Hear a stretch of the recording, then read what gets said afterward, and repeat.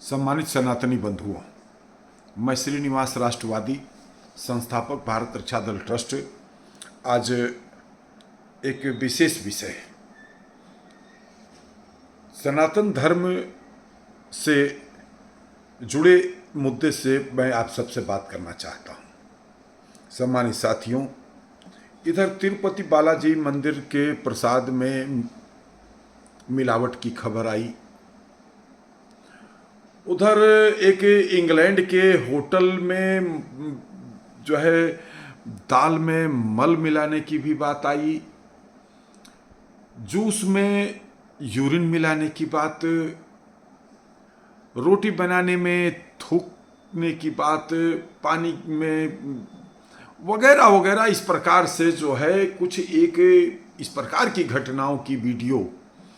हम सबके सामने आई है, जिस कारण थोड़ा मन खिन्न भी है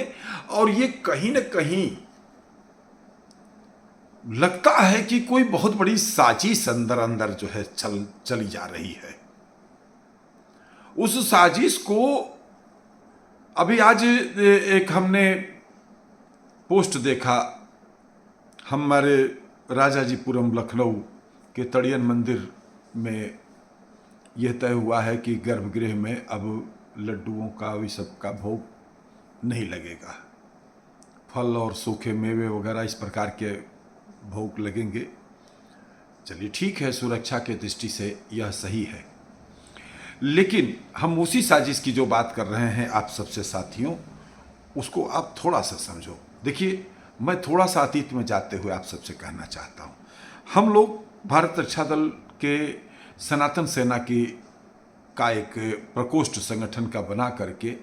हम लोगों ने लोगों से एक अपील किया था कि हर कोई मंदिर जाए, अपने बाल बच्चों को भी मंदिर ले जाए, अपने बाल बच्चों को कि धर्म संस्कृति सनातन के बारे में जानकारी दे, उनको अपने इष्ट देवी देवताओं महापुरुषों की जानकारी दी जाए। तो उसके साथ ही हम लोग यह बात भी कहते थे कि यदि आप मंदिर आते हैं, आप मंदिर जाते हैं, हम कहते हैं सप्ताह में एक दिन मंगल को ही आप मंदिर जाते हैं, कोई सोमवार को जाता है, कोई बृहस्पति को जाता है, वगैरह वगैरह, ये तो आपकी स्वतंत्रता है, आप रोज जाएं और अच्छी बात है। तो जब आप मंदिर जाते हैं और मंदिर जा करके जब आप थोड़ा सा पुष्प खरीदते हैं,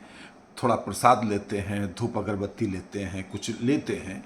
तो बाहर जो मंदिर के बाहर जो दुकानदार हैं उनकी कुछ बिक्री होती है और उस बिक्री से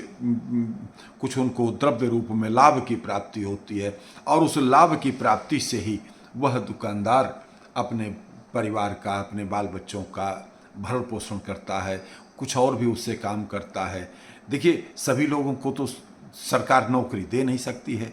तो कुछ लोग जो है कोई कार्य कर रहा है, कोई कुछ कार्य कर रहा है, कोई कुछ अनेक रूपों में कार्य, व्यापार और मजदूरी और नौकरी चाकरी इस प्रकार के कामों से लोग भरण पोषण कर रहे हैं। तो मंदिरों के विस्तार से, मंदिरों में अगर हम आते जाते हैं तो मंदिर के बाहर जो भी लोग अपना व्यवसाय कर रहे हैं, कोई चाय का होटल किए, कोई प्रसाद बेच रहा है, कोई फूल बेच रहा है, कोई कैलेंडर और फोटो वगैरह जो है बेचता है, तो उससे उसको कुछ द्रव्य की प्राप्ति होती है। अब अगर हम यह आवाहन करें कि नहीं, अब हम लोग जो है प्रसाद नहीं लेंगे, तो यही साजिश है। मित्रों, थोड़ा सा विचार करो, भावावेश में इतना मत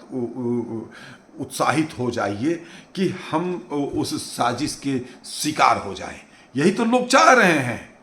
कि इस प्रकार। देखिए, गंदगी कौन करता है? कोई एक व्यक्ति करता है। कहा जाता है एक मछली पूरे तालाब को गंदा करती है,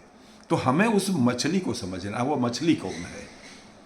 हम लोग सरकार से अनुरोध करें कि बाहर जो दुकानदार जो सामान बेच रहे हैं, प्रसाद बेच रहे हैं,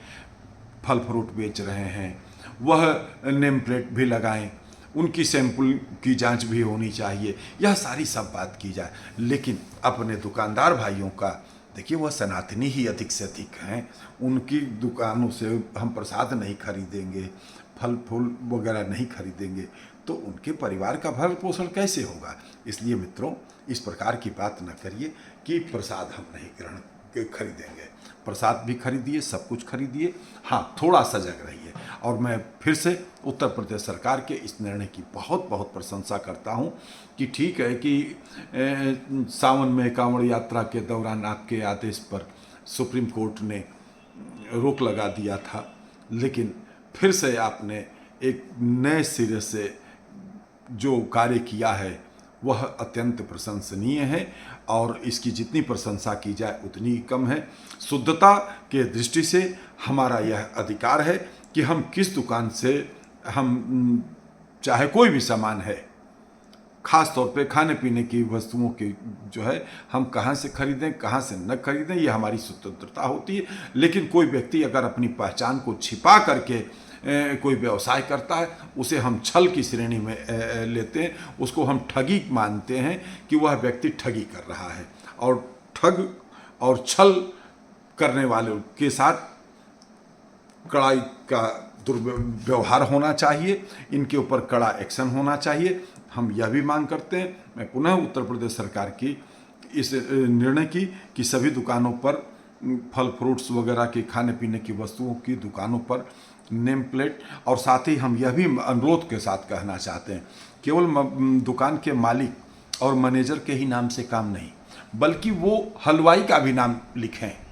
कि उनके यहाँ हलवाई कौन काम कर रहा है, कर्मचारी कौन है, सबकी एक नेम प्लेट होनी चाहिए। और आईडी के साथ हमको ये शक होता है कि नहीं ये व्यक्ति जो है ये जो नाम इसका लिखा गया है यह नाम गलत है, तो उसकी आईडी देखने का ग्राहक को अधिकार होना चाहिए। तो यह भी हम अनुरोध के साथ कहना चाहते हैं कि दुकान पर पूरा का पूरा जो है वो होना चाहिए और इस निर्णय को कड़ाई के साथ लागू कराना जरूरी है। धन्यवाद मित्रों, आप सबसे पुनः आग्रह करना चाहता हूँ कि जो साजिशकर्ता लोग हैं, जो किसी न किसी रूप में इस प्रकार का माहौल बना करके आपके हमारे बीच में आपके अपनों को नुकसान पहुंचाने के लिए साजिश करना चाहते हैं, उस कुचक्र से निकलिए, उस चाल को समझने की कोशिश करिए। प्रसाद आप बाहर की दुकानों से जो है, जो हमारे मंदिरों के सामने दुकानें हैं, उनसे खरीदें, फल फ्रूट खरीदें, उससे उनका व्यवसाय के साथ ही भी उनके घर परिवार का भरण पोषण भी उससे होता है। इसलिए हमारी नैतिक जिम्मेदारी है मंदिर भी जाएं और कुछ न कुछ मंदिर के लिए, भगवान के भोग के लिए कुछ न कुछ जरूर खरीदें। जय मातृभूमि, जय भारत।